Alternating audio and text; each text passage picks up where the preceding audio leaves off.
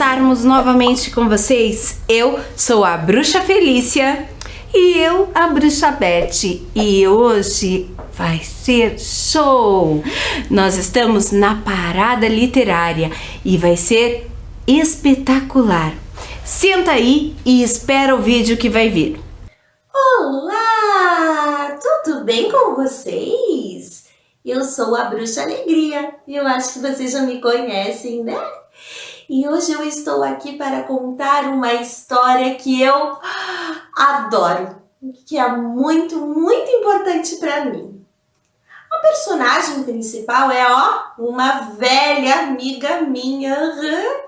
E sabe que eu me inspirei nela para criar o meu visual? É sim. Ela é uma bruxa muito diferente e especial. Mas vamos começar logo a história para que vocês possam conhecê-la? Na esquina da Rua das Vassouras com a Rua das Perotices morava uma bruxa que não fazia mal a ninguém. Ela gostava de ler revistas de moda, tomar chá e olhar-se no espelho. Ai, como eu sou linda! Mas ela gostava mais ainda, de passar batom. Todos os dias, depois de seu tradicional chá das 5h25, ela ia para o seu ritual diante do espelho. O ritual de passar batom. Nesse mesmo horário, as crianças que moravam na Rua das Perotices passavam por ali, voltando da escola. Elas gostavam de observar a bruxa olhando-se no espelho.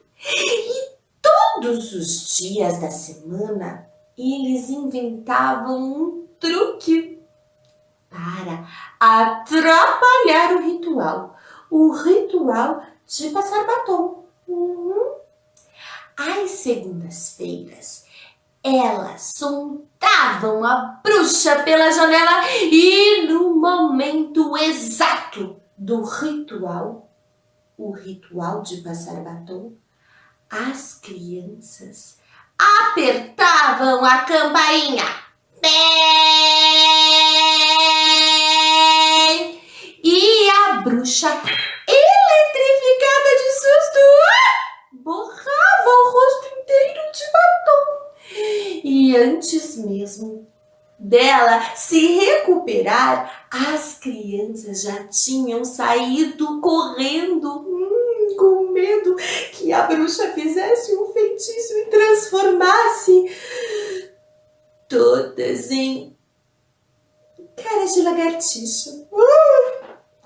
Às terças-feiras, elas fitavam a bruxa pela janela e no momento exato do ritual, o ritual de passar batom, as crianças sopravam um apito. E a bruxa, estremecida de susto, borrava a carteira de batom. E antes mesmo dela se recompor, as crianças, já tinham saído correndo, com medo que a bruxa fizesse algum feitiço e transformasse todas em grilos falantes. Às quartas-feiras, elas espreitavam a bruxa pela janela e no momento exato do ritual, o ritual de passar batom, as crianças batiam tampas de panelas.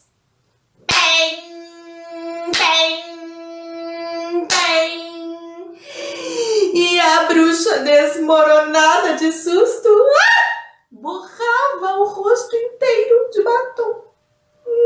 E antes mesmo dela se restaurar, as crianças já tinham, saído correndo, com medo que a bruxa fizesse um feitiço e transformasse todas em... Não é galinha? Em frangos deperados. Às quintas-feiras, elas espiavam a bruxa pela janela e no momento exato do ritual, o ritual de passar batom, as crianças apertavam uma buzina de brinquedo. E a bruxa, atropelada de susto, empurrava o rosto inteiro de batom.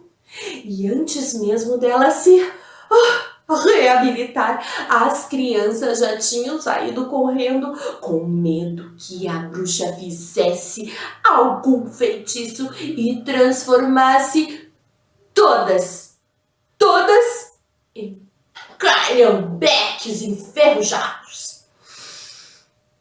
E às sextas-feiras, elas espionavam a bruxa pela janela e no momento exato do ritual, o ritual de passar batom, as crianças sopravam uma vuvuzela. Vuzu! E a bruxa, desgovernada de susto, borrava o rosto inteiro de batom. E antes mesmo dela se reconstituir, as crianças, já tinham saído correndo, com medo que a bruxa fizesse algum feitiço e transformasse todas em elefantes desengonçados. Até mesmo aos sábados, dias que não tinham aula, elas desbilhotavam a bruxa pela janela. Não acreditam? E no momento exato do ritual, o ritual de passar batom, as crianças batiam no tambor. Acreditem, elas tinham um tambor. Tum, tum, tum, tum, tum, tum, tum. E a bruxa, esculhambada de susto, empurrava o rosto inteiro de batom. E antes mesmo dela se desesculhambar, as crianças tinham saído correndo, com medo que a bruxa fizesse algum feitiço e transformasse todas, mas todas, em soldadinhos de chuva. Agora, você acredita que até mesmo aos domingos, também dias que não tem escola, eles xeretavam a bruxa pela janela? E no momento exato do ritual, o ritual de passar batom, as crianças tocavam um berrante. Acreditem, elas tinham um berrante.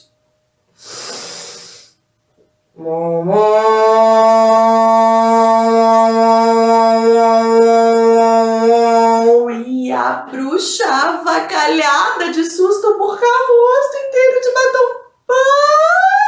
Antes mesmo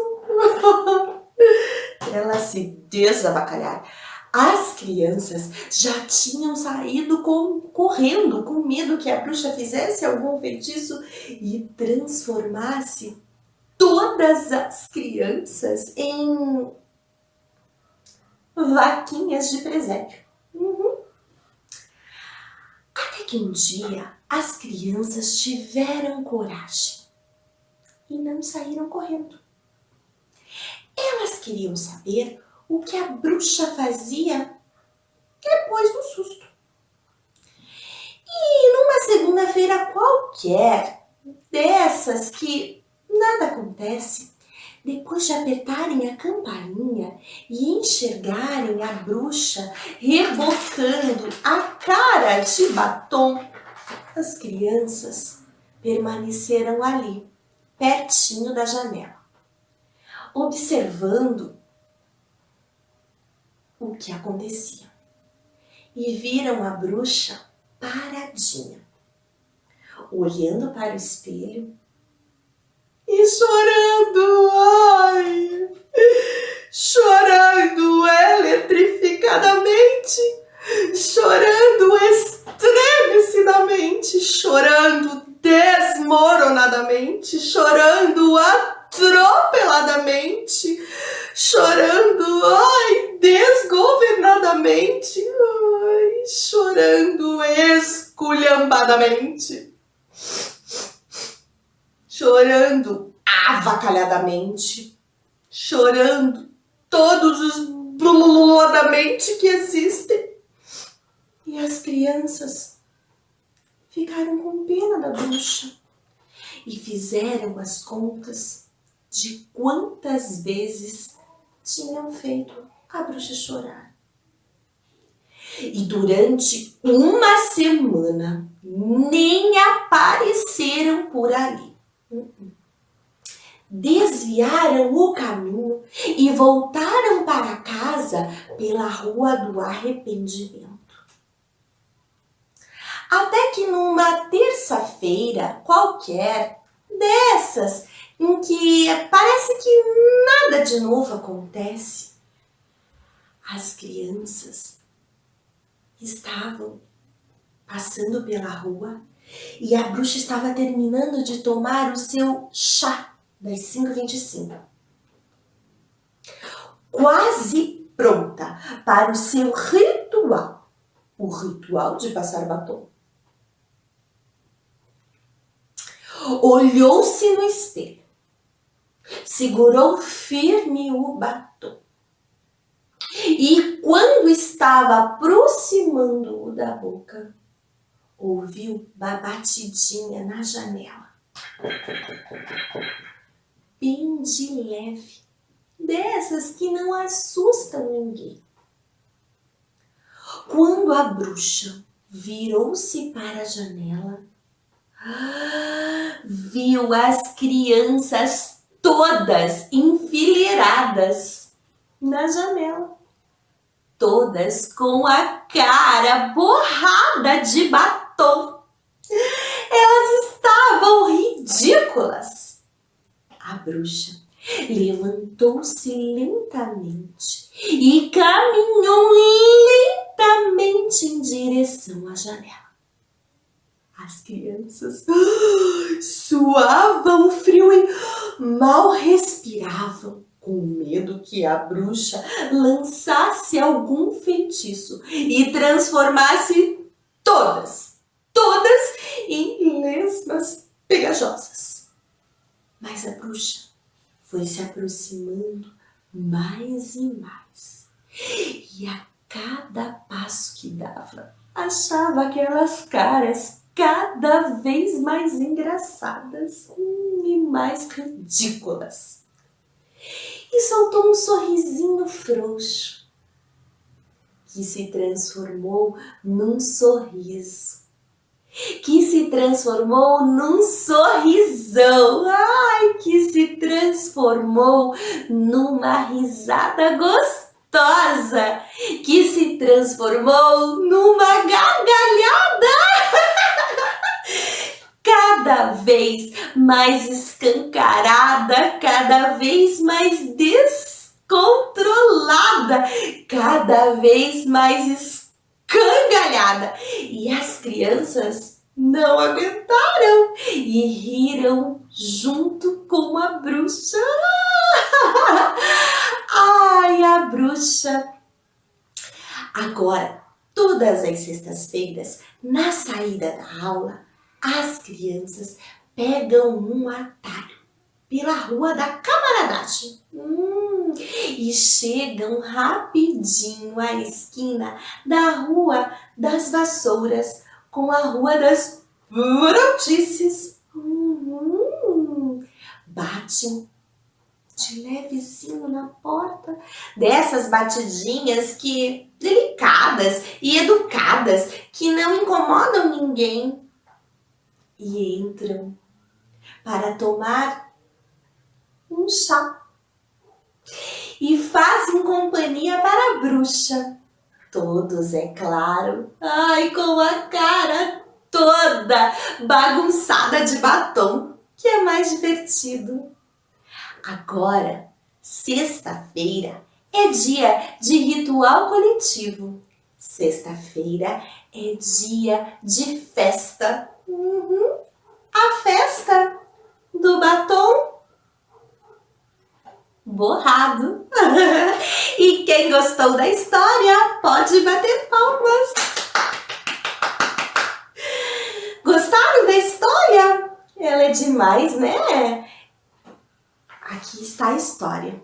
O livro se chama A Bruxa do Batom Borrado, de Anderson Novello.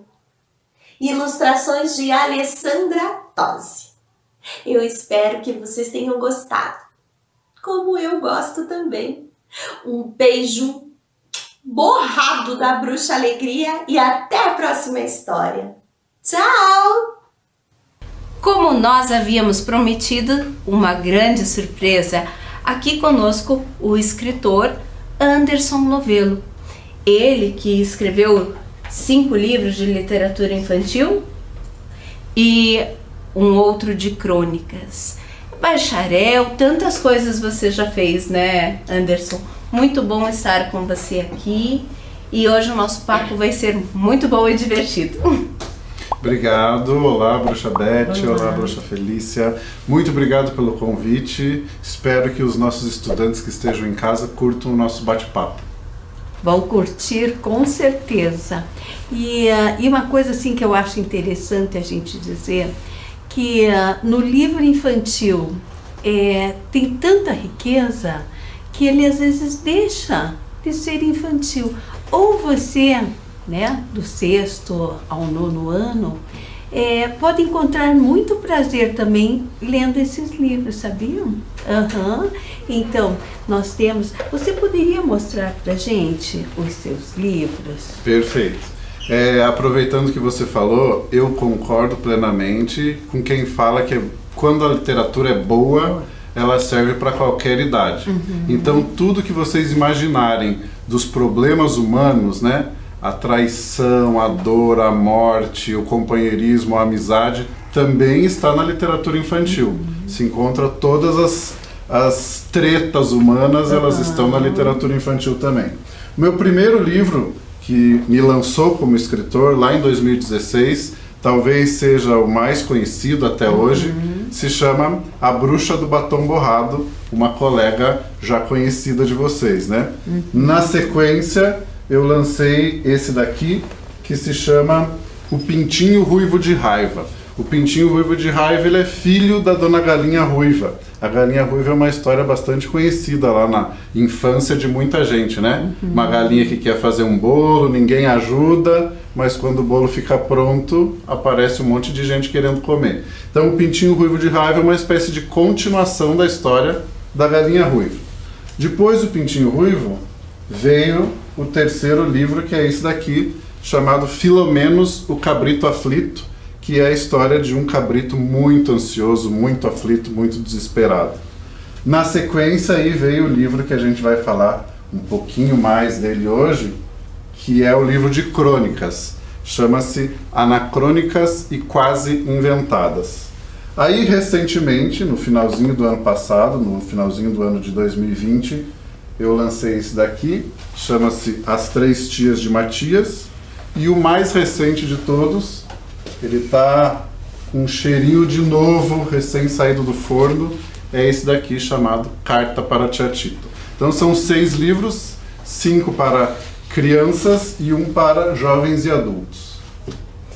E me diga uma coisa, Anderson, nós sabemos que você é mestre em literatura, em letras, tem bacharelado em letras também, e em artes também. Você, na arte do livro, nas ilustrações, como que elas foram concebidas, como que você Como que ocorreu todo esse processo da literatura e das ilustrações? Perfeito. Eu costumo dizer que eu sei escrever, mas eu não sei desenhar nem uma casinha com um chaminézinho e fumacinha saindo, qual todos sabem. Então eu preciso contar com a ajuda de um ilustrador profissional.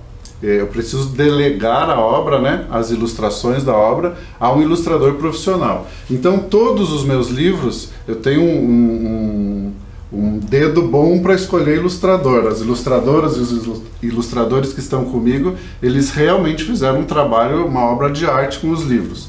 A Bruxa é ilustrado pela Alessandra Tosi, que é aqui de Curitiba. O Pintinho Ruivo de Raiva é ilustrado pela Bruna Cis Brasil, também curitibana. Filomenos o Cabrito Aflito é ilustrado pela Silvana Menezes, que é lá de Belo Horizonte. As Três Tias de Matias pelo Gustavo Ramos, que é aqui de Curitiba. E o Carta para a Tia Tita pela Elma. Então eu preciso confiar que os ilustradores vão fazer um bom trabalho, porque eu não saberia fazer esse trabalho. Então o convite para ilustrar um livro, ele vai muito por você enviar o texto ao ilustrador e o ilustrador ver se ele tem tempo na agenda dele para ilustrar, mas principalmente se ele gosta do texto. Se ele gosta do texto, é metade do caminho andado para o livro ficar bom. Então todos os ilustradores disseram assim: vamos fazer porque eu gostei muito do texto, me identifiquei com o texto e estou afim dessa parceria. Bacana. E mais uma coisa, hoje nós estamos falando de literatura infantil, porque são livros preciosíssimos e nós não poderíamos deixar de lado em momento algum. Mas nós vamos falar sobre crônicas. Mas antes de chegar na crônica em si, como surgiu essa tua vontade pela literatura? Como surgiu essa vontade pela escrita? Desde criança você foi estimulado? Como que foi isso? Muito boa pergunta. Escrever é consequência da minha formação, na verdade, né? Eu me formei em letras, depois veio o mestrado em literatura. Durante o mestrado eu estudei a obra de uma escritora brasileira de quem eu sou muito fã até hoje, chamada Marina Colasanti. Aí depois que eu terminei o mestrado, eu comecei a dar aula de literatura, fui professor universitário durante 10 anos, ministrando as disciplinas de literatura, contação de histórias, leitura e produção de texto. Então daí eu fui por teatro, me formei em artes cênicas. Durante o teatro eu pesquisei teatro para crianças, né, que também tem a ver um pouquinho com a contação de histórias. Então todas essas formações, elas acabaram resultando na vontade de escrever. Eu sempre fui um aluno que me identifiquei mais com as disciplinas de humanas e de língua portuguesa. Até os 40 anos eu só tinha, ganhado concurso de redação, ganhado alguns concursos, mas aos 40 anos, efetivamente, eu publiquei o meu primeiro livro, que foi A Bruxa do Batom Borrado. Então é consequência dos meus estudos, consequência da minha profissão, consequência de tudo que eu fiz na vida, resultou no processo de escrita. Isso... estudantes mostra que a gente precisa ir à luta, né? Precisa se esforçar, precisa buscar. Não é só apenas gostar e ter o jeito. Isso é só determinante para se buscar o caminho. Mas o caminho que vamos trazer mesmo, o resultado, realmente é estudar, né? Ler muito, conhecer muitos, né? Escritores. E eu estou vendo ali, esse livro tem um coração na capa. Eu sei o que quer dizer esse coração, mas eu gostaria que você falasse para os nossos estudantes. Ótimo. Antes de falar do coração, quero falar um pouquinho sobre uma coisa que você bem lembrou. Eu faço um trabalho de ir nas escolas, né, pensando num contexto antes da pandemia, visitar escolas, contar histórias, conversar com as crianças, e sempre as crianças perguntam: o que eu preciso fazer para ser escritor? Como que faz para ser escritor? E a resposta, não só minha, como da maioria dos escritores, é: antes de você ser escritor, você precisa ser um leitor. Então é preciso praticar muito a leitura, saber quem são os seus grandes escritores, quem você gosta, com quem você se identifica na escrita, né? E se alimentar disso, se alimentar da leitura durante muito tempo antes de começar a escrever. Senão a gente vai querer escrever sem ter as referências, né, dos nossos grandes ídolos, dos nossos grandes mestres da escrita. Agora, respondendo a tua pergunta mais especificamente, no livro de crônicas tem um coração na capa porque a pessoa que fez a capa, o capista, achou que dentro do livro as crônicas mais interessantes eram as crônicas que falavam sobre o infarto.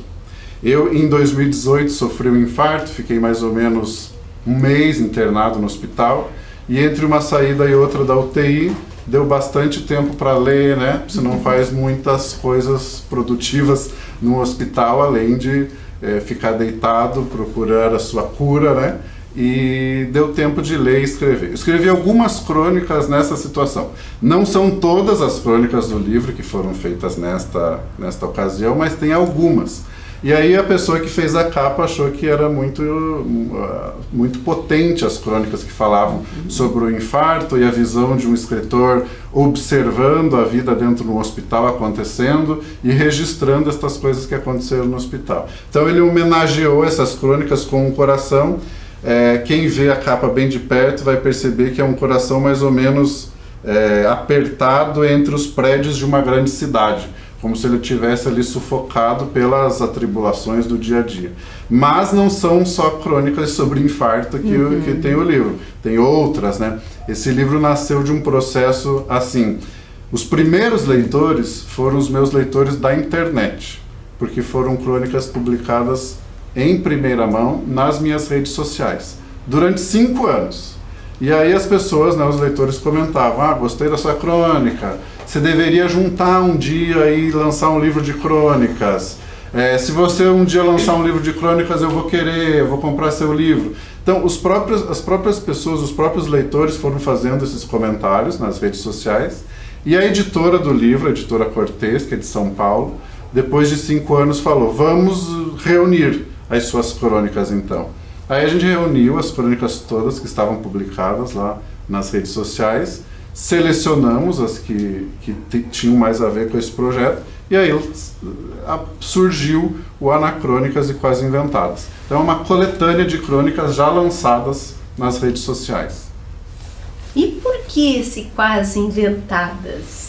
Que é instigante esse título, né? Dá uma vontade de pegar e devorar o livro. É muito boa pergunta, porque assim, o escritor, ele se dá certas liberdades, né? A crônica, ela nasce do dia a dia, nasce do cotidiano, né? Nasce das suas vivências, das suas experiências. A crônica é o olhar do cronista, o olhar do escritor para as coisas simples que acontecem no seu cotidiano.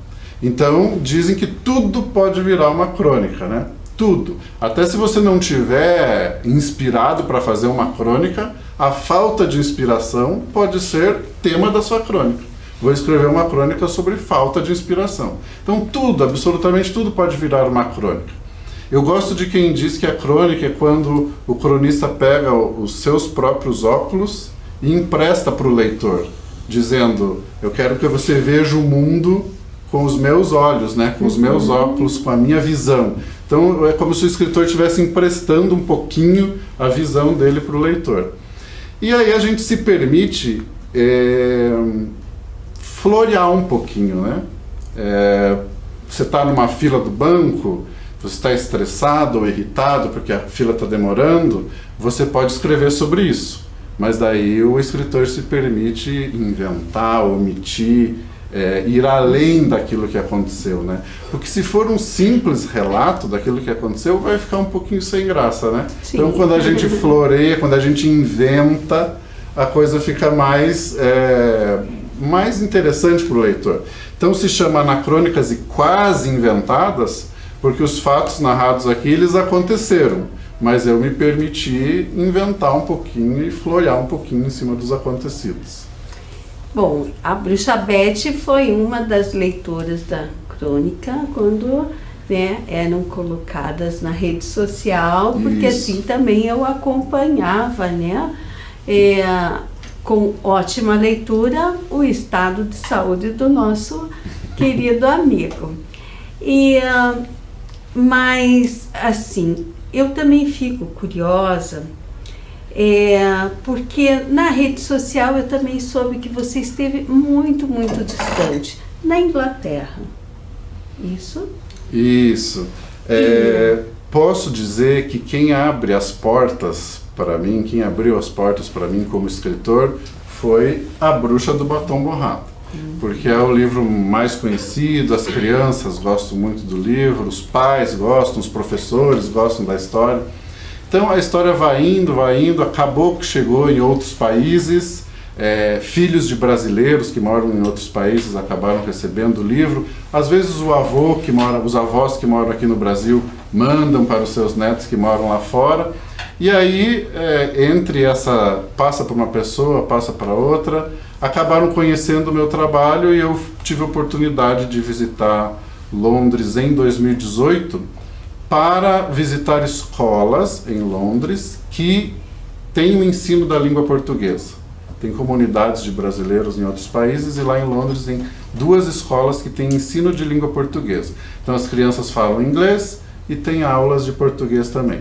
Aí eu fui para contar histórias, conversar com essas crianças e, é claro, participar de um encontro que é chamado Focus Brasil, que é um encontro de pessoas de diversas áreas brasileiras que estão com alguma atuação no exterior. E também, claro, passear um pouquinho. Você é nascido de uma cidade pequena. Isso, eu sou natural de Palmeira, Paraná. É uma cidade que fica a 80 quilômetros aqui de Curitiba e a 40 quilômetros de Ponta Grossa. Muito Conhecida frio, né? como... É frio. Conhecida como a cidade clima do Brasil. Eu sempre coloco nos meus livros que eu nasci em Palmeira para divulgar um pouquinho o nome da minha cidade. E tem um queijo bom lá. Tem queijo bom, tem pão de bafo, que é um prato conhecido do Paraná, que é lá de Palmeira. E tem também alguns restaurantes bem bacanas que o paranaense, quando está passando pela cidade, para prestigiar nossa polenta frita com queijo. Então tem algumas delícias por lá. Você veio para Curitiba para estudar especificamente ou você veio de mudança com a família? Não, foi assim, quando eu terminei minha graduação em letras na Universidade Estadual de Ponta Grossa, eu ainda morava em Palmeira, ia todas as noites para aula, porque é uma cidade muito próxima, e aí terminando a graduação eu me mudei para Florianópolis. Lá em Florianópolis eu fiquei 3 anos para fazer um mestrado. E aí quando eu terminei o mestrado, a cidade que eu queria, eu sempre quis na minha vida, foi Curitiba. Eu falava, ainda vou ser curitibano, ainda quero morar em Curitiba. Então, terminando o mestrado, eu me mudei para Curitiba para trabalhar. Aí foi aqui onde eu exerci a minha profissão de professor universitário. Fui professor universitário durante 10 anos, aqui em Curitiba, e é onde eu moro até hoje. Então, esse nosso papo tá gostoso, já deu até uma fominha aqui com essa polentinha com queijo. Mas assim, os nossos estudantes, é o que nós já conversamos, muitas vezes eles acham que é difícil escrever, ou, não, isso não é para mim, eu tenho uma vontade, mas como que eu faço? Tecnicamente, o que você diria para eles, além do fato deles terem que ser leitores, quanto mais eles estiverem aproveitando a literatura e conhecendo vários escritores, mas o que você diria uma dica técnica para eles de como montar esse texto? Como seria isso? Então acho que eu vou dar 2 dicas. Ótimo. A primeira é não se contentar jamais com a primeira versão daquilo que você escreve. Porque eu sei pela minha experiência na escola e no colégio que os alunos às vezes escrevem numa ânsia de querer entregar. Não leem de novo aquilo que escreveram, não releem, não revisam e já tem uma ânsia de entregar, né? Então, se contentar com a primeira versão é se contentar com muito pouco, Porque na sequência, quando você vai reler, é que você encontra os problemas, você consegue ver se você repetiu palavras, substitui uma palavra por outra, você pode pegar um dicionário, você pode ver, essa frase fica melhor lá embaixo, vou trocar. Então esse trabalho de lapidar o texto é o trabalho mais legal da vida de um escritor. Às vezes eu tenho uma ideia para uma crônica, eu chego em casa e mais ou menos anoto a ideia em tópicos.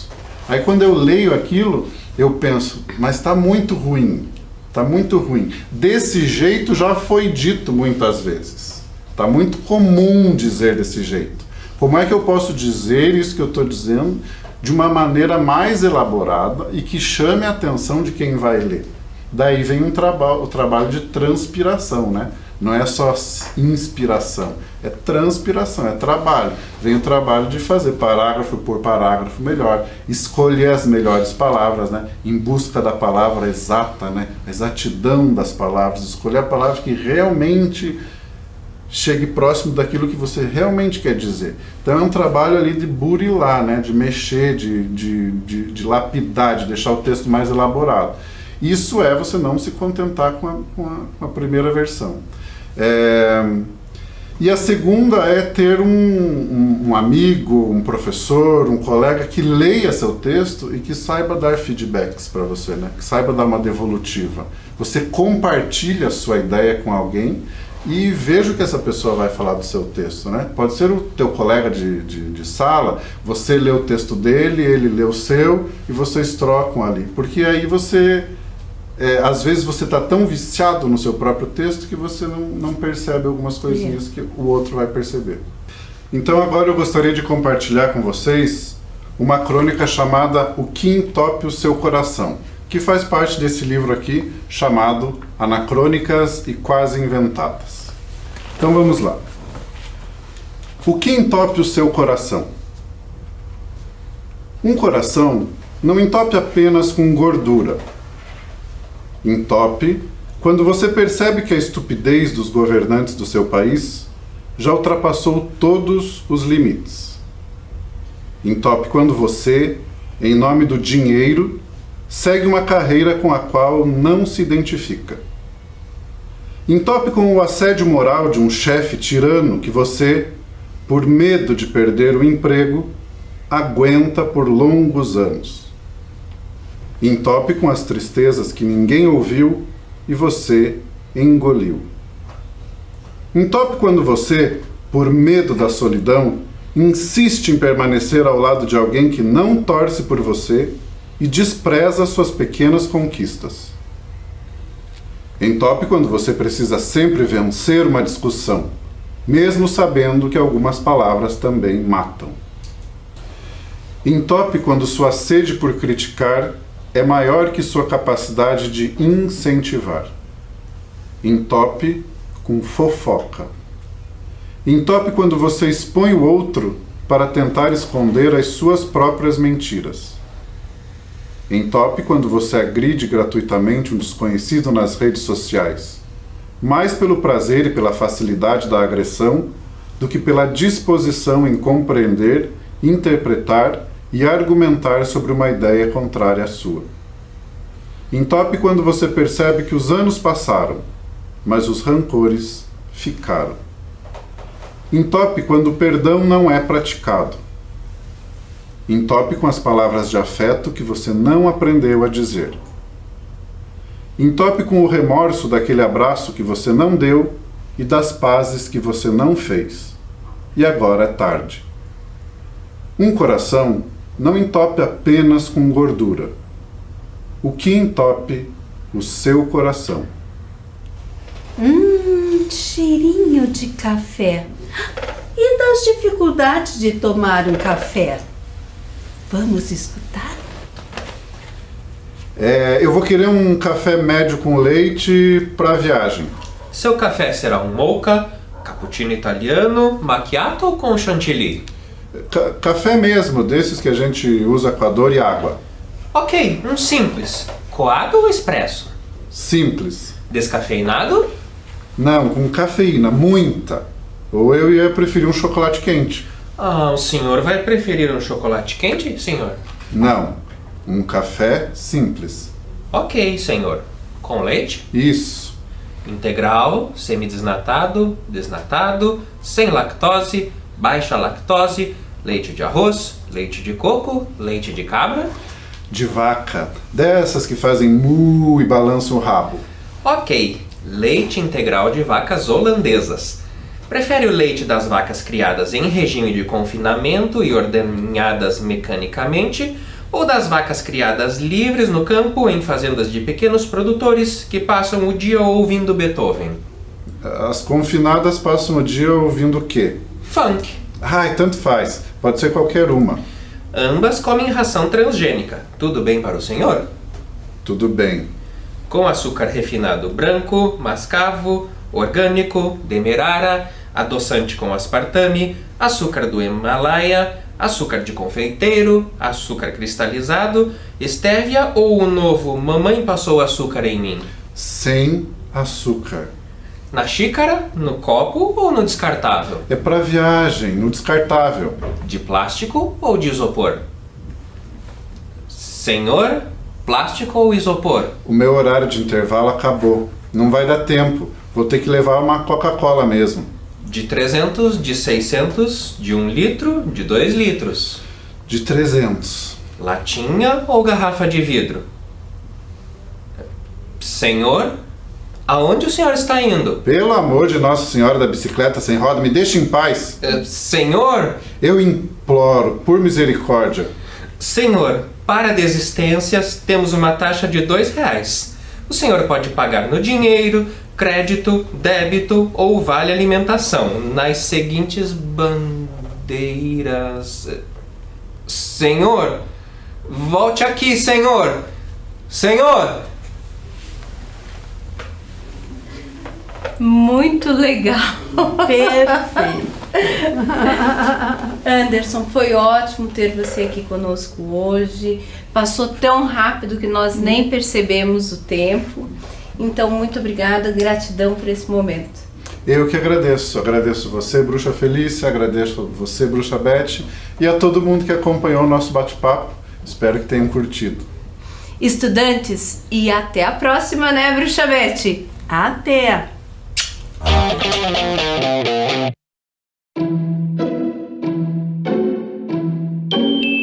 Era uma vez um lindo bosque encantado. E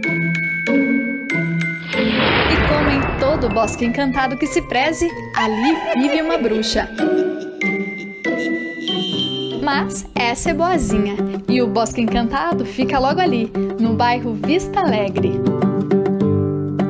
O Bosque Alemão reúne beleza, cultura e diversão garantida para toda a família. O espaço foi criado pelo prefeito Rafael Greca, em homenagem aos imigrantes germânicos que se estabeleceram na cidade a partir de 1833. Logo na entrada do parque, destaca-se o Oratório de Bá, réplica de uma igreja presbiteriana do estilo neogótico que existiu no bairro do Seminário. Logo à frente, uma passarela leva à Torre dos Filósofos, que tem 15 metros de altura e é feita com troncos de eucalipto. De lá de cima, a vista privilegiada permite apreciar a beleza da cidade. Descendo pela torre, chega-se ao Caminho dos Contos, uma trilha cheia de paz e contato com a natureza. O caminho conduz o visitante até a Casa Encantada, uma biblioteca criada para promover o interesse das crianças pela leitura. Diariamente, dezenas de crianças visitam o espaço e participam da Hora do Conto, quando bruxas e fadas fazem uma leitura teatralizada de contos infantis. Ao fim da trilha, chegamos à réplica da Casa Mila. Construída no início do século, na rua Barão do Cerro Azul, representa um dos principais exemplares da arquitetura da imigração alemã. O Bosque Alemão é uma das paradas da linha de turismo e possui um quiosque gastronômico com comidas e bebidas típicas.